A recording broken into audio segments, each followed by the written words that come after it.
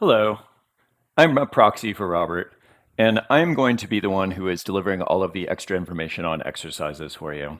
These should all be really short videos that just give a little bit of extra information on what I might be hoping you get to in the exercise. First of all, you have 8 exercises through the semester. They're always due on Monday at 3:30. You can always find them in my course's content from Robert assignments exercise. Whatever that is, the PDF document that gives you the text for it.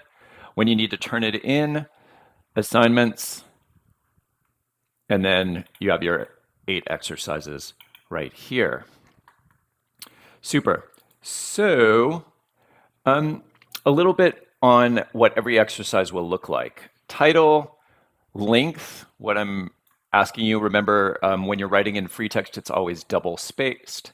What the goal of it is, and then if you need to watch a video before doing it. Each exercise will have a couple parts. There's kind of a reading articles, and you should always have read the articles or handouts before you do the exercise, just to prep you, and some brainstorming, usually based on what you've read. And that gets you ready for things. Now, the second part is always, or almost always, writing. This exercise is bullet points. We're not doing like free text with giant sentences necessarily. They can be real simple or they can be complicated, but you don't have to make a story out of them. In this case, there's 3 parts. We'll get to those in a minute. But lastly, you will have something that says submit it. You may also have something that says challenge, and that is optional, but it's an extra little step that you can take to make something more unusual.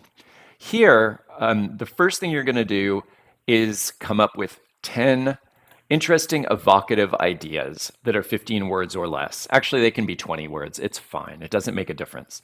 The key here is that they're interesting to you or surprising to you in the language that you use. If you're bored, everybody else is bored. Now, afterwards, I'm going to give a little example of what I mean by interesting and how you're going to go through the process of getting to that stuff. All right, so let's say we start with something like a person walked into a restaurant. If I read that, I say, well, it's kind of abstract. It's not specific at all, and it's not that interesting to me because it doesn't have that much specificity. It's kind of unfilled in. I don't know anything about this person.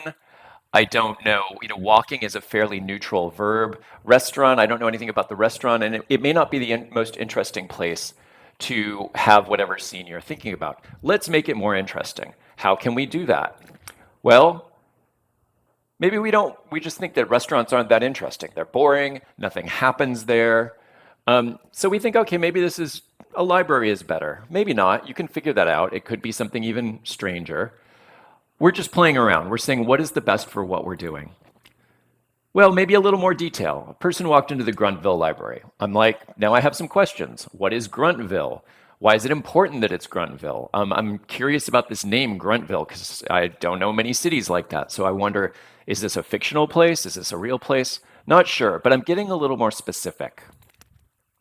A person wearing muddy boots walked into the Gruntville Library.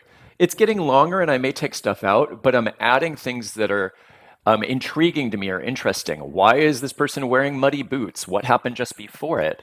This may allow you to think about a scene about what happened before it or what happens after it. Possibly when somebody's wearing muddy boots into a nice place, people confront them. So you have more to work with. See how we're getting more to work with. I'm also just curious why somebody with muddy boots is walking into the library.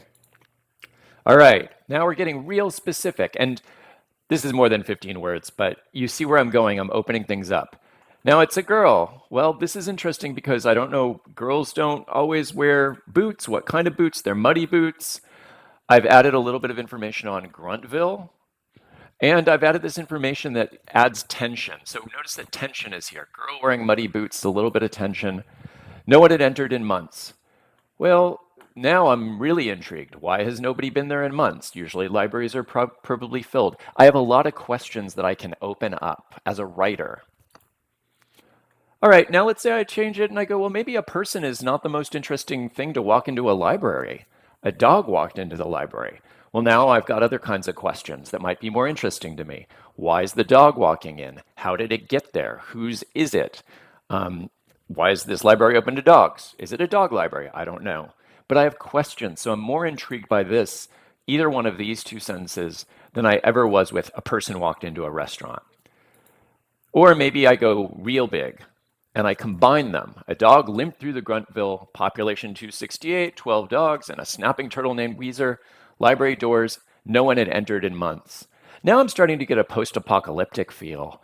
Why are they limping? This is questions. How did they get that way? Have they always been that way? Did something just happen to them? Why is it important to enumerate what Gruntville's all about? And maybe who is this snapping turtle named Weezer? Possibly they're the center of the story. These are all getting. Let's call it interesting for now. It's giving me more to work with, and it's got more specifics that I can build on. That's what I'm looking for in your ideas. These start out real abstract. I get specific here, and that specificity gets me to more questions.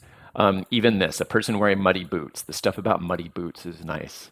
All right, so you get a sense of what I'm working for here in these 10 interesting, evocative ideas, as short or as long as possible.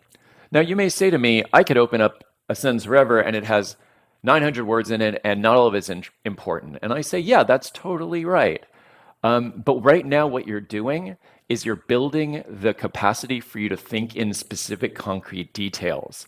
Later, you'll know which details are most important to your story, and you can pair accordingly. But if you don't build the muscle of those specific details that ask other questions, you'll always be writing stories that are a person walks into a restaurant. That's part A. Part B, repeat with 10 fictional secrets or secret desires.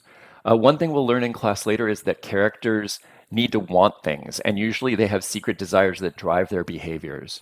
So maybe it's that a character eats fruit bars once a year because they're commemorating an anniversary, that they hid under the stairs when they saw their sibling kissing someone. There are secrets that they don't have to be big secrets like this person had an affair with this person. They're the little ways that we get through the world because of what we desire. In fact, sometimes the smaller the better, or the weirder the better. I used to think that my plane wouldn't crash if there was a baby on it, which meant I would go around planes looking for babies. Kind of creepy. All right, you get the idea. Here's your optional challenge. Combine some of the things you've done. Then you get really interesting, curious stuff because you have to ask, how do I get from A to B? So this is a really good way to mash things up. The goal is to find interesting material, but not necessarily explosive material. This is not about the biggest plot, but it's about things that we haven't actually seen before. All right, that is your exercise 1. It is due on Friday at 3:30, and I look forward to reading them.